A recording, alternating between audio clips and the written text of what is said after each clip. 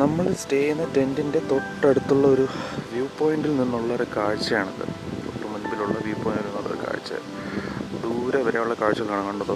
നിങ്ങൾക്ക് Pallivasal pen stock pipe കാണാം ക്ലിയറായിട്ട്. പിന്നെ ഇതാ ഇപ്പോൾ രാവിലെ ആയതുകൊണ്ട് തീരെ ഫോഗില്ല. ഇന്നലെയൊക്കെ നല്ല ഫോഗി ആയതുകൊണ്ട് ഒന്നും കാണാൻ പറ്റത്തില്ലായിരുന്നു. പക്ഷേ രാവിലെ നല്ല തണുപ്പുണ്ട് കേട്ടോ. ഇതാണ് ഇങ്ങോട്ടൊക്കെ ഈ യുക്കാലി മരങ്ങളൊക്കെയാണ്. അതിനപ്പുറത്തായിട്ട് ഒരു വ്യൂ പോയിൻ്റ് ഉണ്ട്. നമുക്ക് അങ്ങോട്ടും പറ്റുവാണെങ്കിൽ ഒന്ന് നടന്ന് നോക്കാം. നല്ല മഴയായിരുന്നു രാത്രി, അതുകൊണ്ട് നല്ല വഴുക്കലൊക്കെ ഉണ്ടാവും. വനത്തിനോട് ചേർന്ന് കിടക്കുന്ന ഒരു റിസോർട്ടാണിത്. ഈ ഭാഗത്തേക്ക് വേറെ താമസമൊന്നുമില്ല. ഈ റിസോർട്ടിൻ്റെ പ്രോപ്പർട്ടിയും പിന്നെ ബാക്കി ഒരു സൈഡിൽ നമ്മുടെ കണ്ണൻ ദേവൻ ടാറ്റയുടെ പ്രോപ്പർട്ടിയും പിന്നെ ബാക്കിയെല്ലാം ഫോറസ്റ്റ് ഏരിയ ആണ്.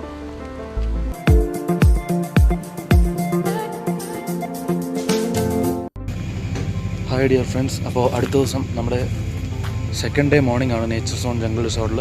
അപ്പോൾ ഇന്നത്തെ പരിപാടി എന്ന് പറഞ്ഞാൽ ഒരു ട്രെക്കിംഗ് ആണ്. ഒരു നേച്ചർ വാക്ക് കം ട്രെക്കിംഗ് എന്ന് പറയും. ഏകദേശം ഒരു 1.5 മണിക്കൂർ എടുക്കുമെന്നാണ് പറഞ്ഞത്. അപ്പോൾ ഒരു 2 പേരെ കൂടെ നമ്മൾ വെയിറ്റ് ചെയ്ത് നിൽക്കുകയാണ്. 8:30 എന്നാണ് പറഞ്ഞത്, പക്ഷേ സമയം ഏകദേശം 9 മണിയായി. അതുകൊണ്ട് ഇവിടെ അങ്ങനെ വെയിറ്റ് ചെയ്യുന്നതിന് അവർക്ക് വിഷമമൊന്നുമില്ല. പിന്നെ ട്രെക്കിങ്ങിന് കൊണ്ടുപോകുന്ന ആൾ കുറേ പേർക്കെങ്കിലും പരിചയം ഉണ്ടാവും. അതെ, നമ്മുടെ ടെക് ട്രാവലേറ്റിൻ്റെ സുജിത്തിൻ്റെ വീഡിയോയിൽ കണ്ട അതേ ആൾ തന്നെയാണ് നമ്മുടെ താത്ത. അപ്പോൾ അവർ 1-2 പേരും കൂടെ വന്നിട്ട് നമുക്ക് നമ്മുടെ യാത്ര തുടങ്ങാം. ട്രെക്കിംഗ് തുടങ്ങാം. അപ്പോൾ നേരത്തെ പറഞ്ഞ പോലെ നമ്മുടെ താത്തയാണ് കൊണ്ടുപോകുന്നത്. നമുക്ക് പുള്ളിയുടെ പുറകെ ഒന്ന് പോയി നോക്കാം. പുള്ളി നമ്മുടെ ഇവിടെ റിസപ്ഷന് തൊട്ട് പിന്നിലുള്ള ഒരു വ്യൂ പോയിന്റിലേക്കാണ് കൊണ്ടുപോകുന്നത്. പുള്ളിക്ക് ഇതിലൊക്കെ ഭയങ്കര ഇൻട്രസ്റ്റ് ആണ്. Okay, let's go.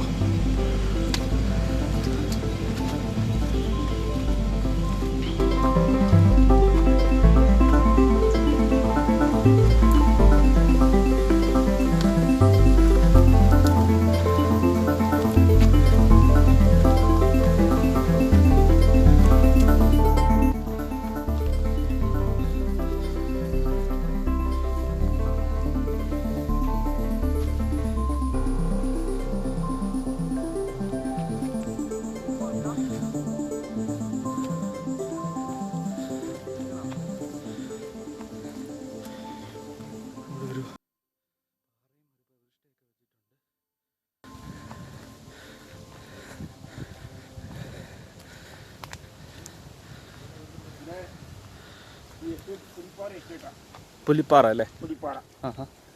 പുലിപ്പാറ എന്ന് പറഞ്ഞാൽ എവിടെയല്ലേ പാറ. ആ പുലി ഏത് മൃഗങ്ങൾ ഏതെങ്കിലും അടിച്ചാൽ ഒറ്റക്കൈ എടുത്തുകൊണ്ട് അവിടെ വെച്ചാണ് തിങ്ങുന്നത്. ആ പാറ, ആ പാറയ്ക്ക് പുലിയാ ഇപ്പം ഇല്ല. പുലി ഇറങ്ങി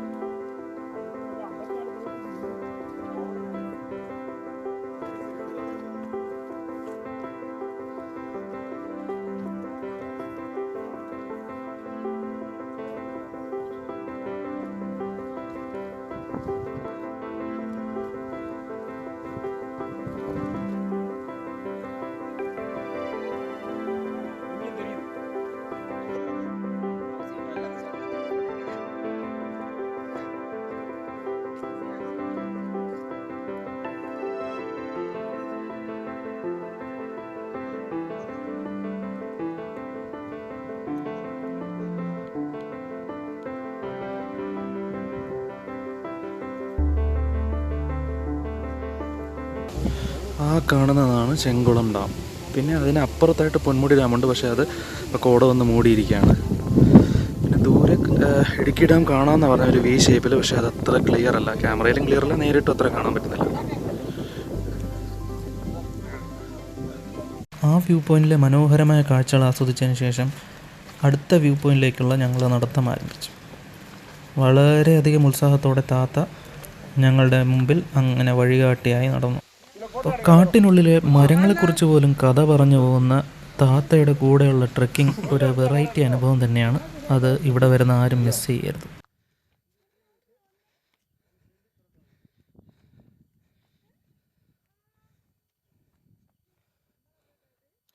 അപ്പോൾ നമ്മൾ അവിടെ നിന്ന് നടന്ന ഏറ്റവും ഉയരത്തിലെത്തി. മറ്റേ കുരിശ് കണ്ടോ, കോട കയറുന്നുണ്ടോ?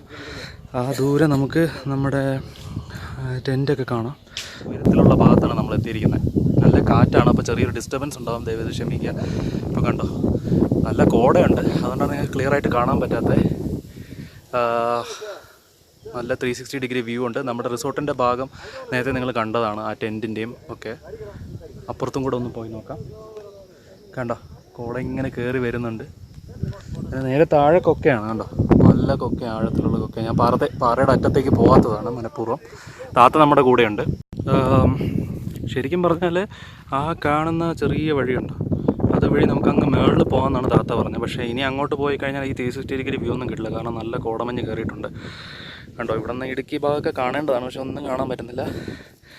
നമ്മൾ വളരെ ലേറ്റായിപ്പോയി, അതുകൊണ്ടാണ് താത്ത അങ്ങോട്ടൊന്നും നടക്കുന്നുണ്ട്. നമുക്കും പുറകെ പോയി നോക്കാം.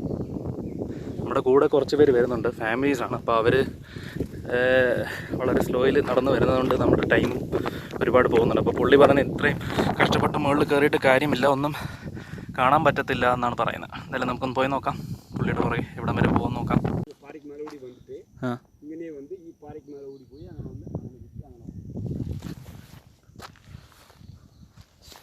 ഇതുവഴി ആന കയറി വരുന്നതാണ് താത്ത പറയുന്നത്. കണ്ടോ അവിടെ ആ കിടക്കുന്ന ആനപ്പിണ്ടമാണ് അവിടെ. കണ്ടോ ആന നല്ല ചവിട്ടി പുല്ലൊക്കെ ചതച്ച് വെച്ചിരിക്കുന്നുണ്ടോ.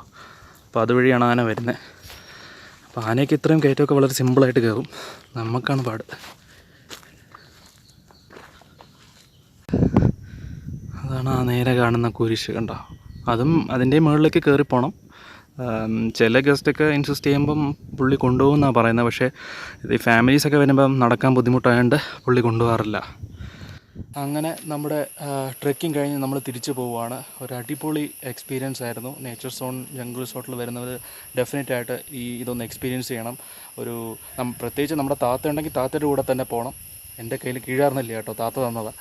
അപ്പം എന്താ പറയുക, ഞാൻ കൂടുതൽ സംസാരിച്ച് നീട്ടുന്നില്ല. എല്ലാവരും ഇവിടുത്തെ ട്രെക്കിംഗ് ഒന്ന് ട്രൈ ചെയ്യണം. ഞാൻ മോനെയും വൈഫിനെയും കൊണ്ടുവന്നില്ല, നടക്കാൻ ഒരുപാട് ദൂരമുണ്ടെന്ന് വിചാരിച്ച്. പക്ഷേ കുഴപ്പമില്ലായിരുന്നു, പെട്ടെന്ന് തന്നെ എത്തി.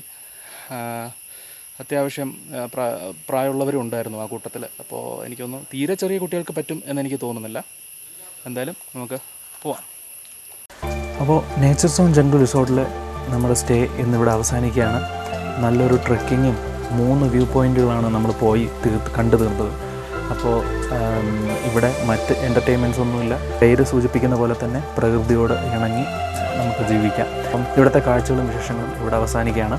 മറ്റൊരു സ്ഥലത്തെ കൂടുതൽ നല്ല കാഴ്ചകളും കൂടുതൽ നല്ല വിശേഷങ്ങളുമായിട്ട് മറ്റൊരു വീഡിയോയിൽ വീണ്ടും കാണാം. Until then, it's me, Jeevan, signing off. Bye-bye.